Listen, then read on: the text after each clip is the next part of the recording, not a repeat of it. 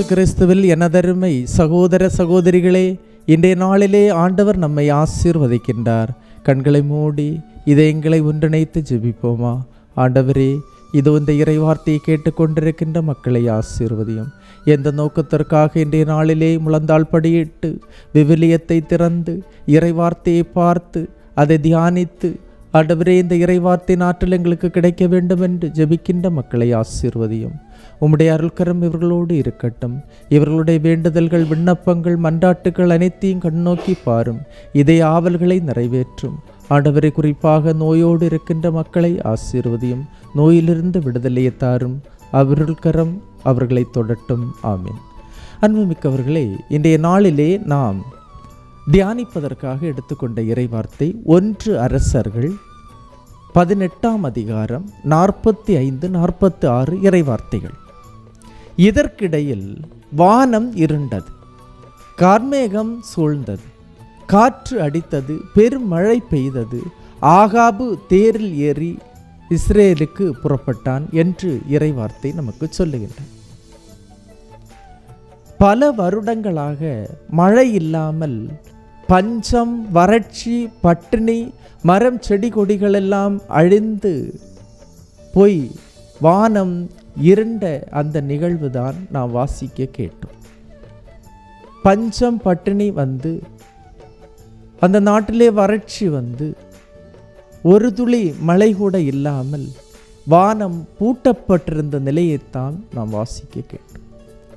அந்த பூட்டப்பட்டிருந்த அந்த வானம் திறந்தது. பாருங்க, வானம் இருண்டது, கர்மேகம் சூழ்ந்தது, காற்று அடித்தது, பெருமழை பெய்தது என்று இறைவார்த்தை சொல்லுகின்றது. எதனால் இந்த நிலை? இஸ்ரேலிலே பஞ்சம், பட்டினி வந்து மக்கள் எல்லாம் திண்டாடி கொண்டிருந்த நேரத்தில் மீண்டும் வானம், பூட்டப்பட்டிருந்த வானம் திறக்கப்படுகின்றது. வானம் எப்படி திறந்தது? பஞ்சம் எப்படி தீர்ந்தது? மக்கள் எல்லாம் பட்டினியிலிருந்து எப்படி விடுபட்டார்கள் என்று நாம் வாசிக்கும் போது அங்கு சொல்லப்படுகின்றது, எலியா கர்மேல் மலையின் உச்சிக்கு ஏறி சென்று அங்கே தரையில் மண்டியிட்டு தம் முழங்கால்களுக்கு இடையே முகத்தை புதைத்து ஜெபித்தார், கடவுளிடம் வேண்டினார் என்று இறைவார்த்தை நமக்கு சொல்லுகின்றது.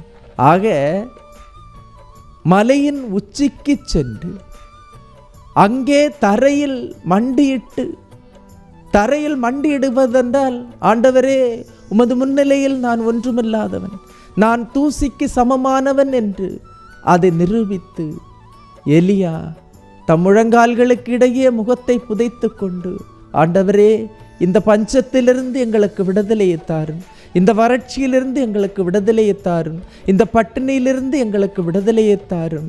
கன்றுகாலிகள் மாண்டு போகின்றன, மரம் செடி கொடிகள் செத்து போகின்றன, பயிர்களெல்லாம் அழிந்து போகின்றன என்று அந்த பஞ்சத்திலிருந்து விடுதலை பெறுவதற்காக கடவுள் முன்னிலையில் தன்னையே தாழ்த்தி முழந்தாள் படியிட்டு, தான் தூசுக்கு சமமானவன், கடவுள் முன்னிலையில் நான் ஒன்றுமில்லாதவன் என்பதை அவர் நிரூபித்த போது வானம் இருண்டது, கார்மேகம் சூழ்ந்தது, காற்று அடித்தது, பெருமழை பெய்தது. அன்புமிக்கவர்களே, இன்றும் இந்த இறைவார்த்தையின் அபிஷேகம் நமக்கு கிடைக்கும், இதனுடைய சக்தி நமக்கு கிடைக்கும். இருண்டு போயிருந்த வாழ்க்கை, பூட்டப்பட்டிருக்கின்ற வாழ்க்கை, வறட்சியோடு இருக்கின்ற வாழ்க்கையில் வானம் இருண்டு, கர்மேகம் சூழ்ந்து, காற்றடித்து, பெருமழை பெய்யும். உங்களுடைய வாழ்விலும் வசந்தம் உருவாகும். எல்லாம் வல்ல இறைவன், தந்தை, மகன், தூய ஆவியார் உங்களையும் உங்கள் குடும்பத்தையும் நிறைவாய் ஆசீர்வதிப்பாராக. இயேசுவுக்கே புகழ், இயேசுவுக்கே நன்றி. மரியே வாழ்க.